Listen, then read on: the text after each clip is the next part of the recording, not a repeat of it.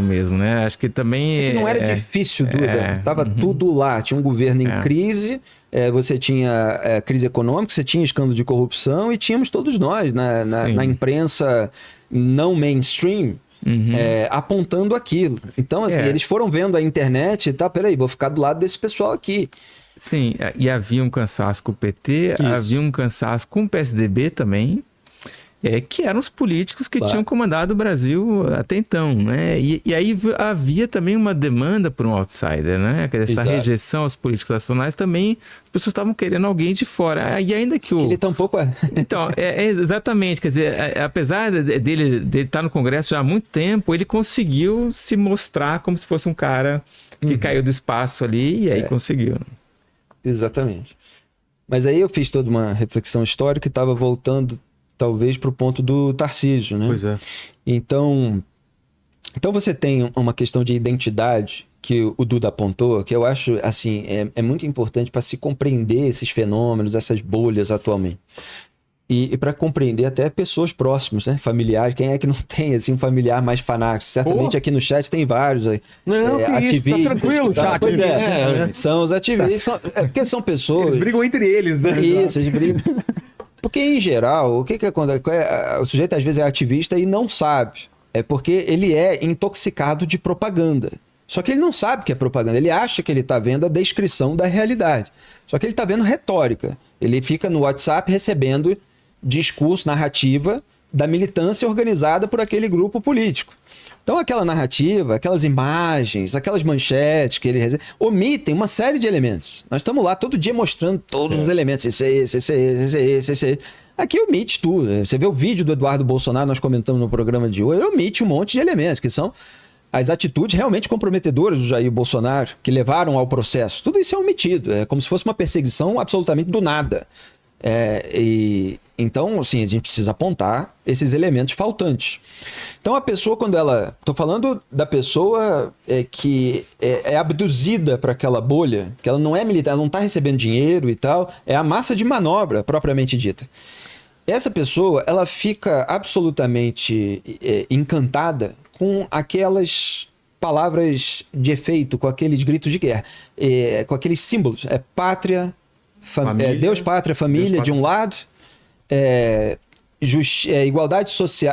igualdade social, democracia, direitos humanos do outro, não é isso?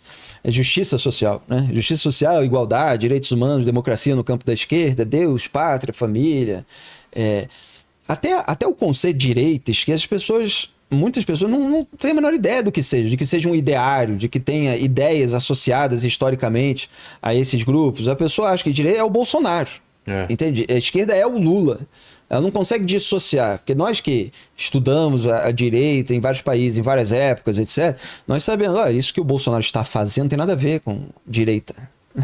Isso que o Lula está fazendo, eventualmente, não tem nada a ver com a esquerda.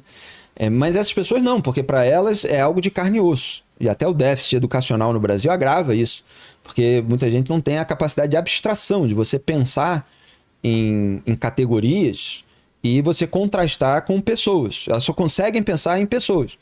Não estou dizendo que é todo mundo, mas isso existe. Então essa identificação é muito forte, o sujeito faz parte daquele grupo. E o que é terrível disso que o Duda já descreveu é que a política se tornou vamos dizer assim, uma arena de identificação tribal. E isso talvez fosse algo para se ter no ambiente cultural, né? Mas a política, ela foi se apossando da cultura, ela foi politizando todo o resto da sociedade. Contaminando todo o resto da sociedade. E é claro que isso é de interesse do político. Então, o político, vendendo aquilo de que, olha, eu represento a pátria, a família e tal, eu sou a sua tribo. Ele consegue um cargo. Ele consegue uma remuneração. Mas primeiro, lá, o político está querendo dinheiro, está querendo garantia de que nos próximos 4 anos ele vai ter lá 40 e tantos mil reais, que hoje o salário de parlamentar já está em 43.300 e tantos reais. Fora todas as benesses que eles ganham, fora todos os 25 assessores por parlamentar, um monte de prática de rachadinha, quer dizer, o cara lucra além do salário dele como deputado ou como senador, o salário dos assessores, que ele embolsa, né? Porque alguém empresta o nome, Que esse era o esquema investigado pelo Ministério Público do Rio de Janeiro no gabinete do Flávio.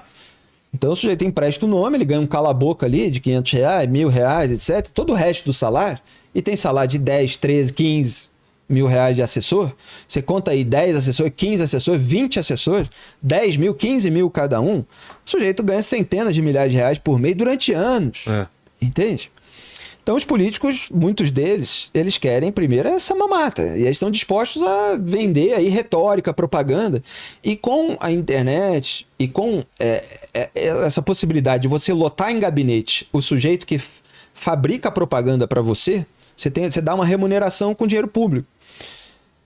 E principalmente quando a pessoa tem poder, ela fica lá 4 anos com toda uma máquina na mão, podendo remunerar.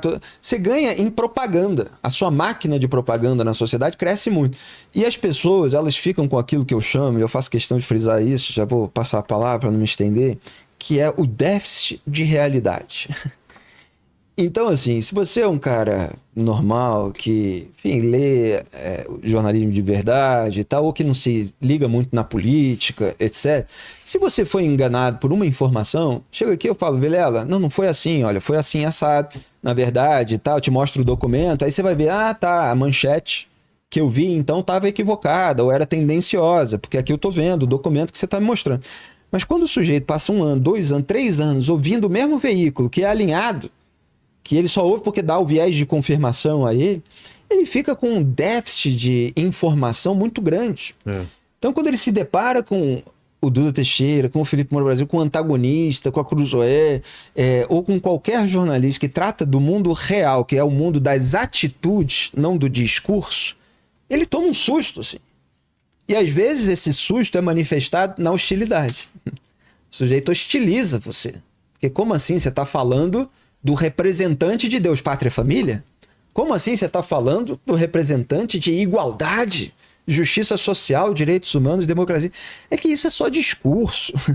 A prática é patrimonialismo, é tratar o público como se fosse privado, é tentativa de ficar no poder, e são, em geral, pessoas muito malandras, né? Essa elite da política brasileira. Então, falta muitos escrúpulos ali. E o Brasil acabou meio que copiando os Estados Unidos, né? Tanto nessa questão da identidade, né? Do voto como expressão da identidade. Então, nos Estados Unidos, se o sujeito é de uma família do Partido Republicano, ele vai votar a vida inteira no Partido Republicano, toda a família dele, os amigos dele, ele só vai assistir a Fox, né? E ele nunca vai, nem pensa em virar Partido Democrata. E o Brasil meio que imitou isso agora, né? E também é pior nos Estados Unidos, que é esse binarismo. O binarismo. E a questão também da fonte de informação é exatamente o que está acontecendo agora também, né? Então, a gente que faz um jornalismo que não entra em nenhuma dessas bolhas e tem liberdade total para criticar todo mundo, muitas vezes ali o comentário no chat né, atacando a gente, mas as pessoas... Às vezes, e um lado associando ao outro. Exato. E é um negócio assim de uma pilantragem, né? Tremenda, né? Você faz uma postagem que mostra um elemento negativo do Bolsonaro, só que a postagem anterior mostrava um elemento negativo do Lula. O cara ignora completamente todo o histórico. Fala, você, na verdade, está defendendo o governo Lula.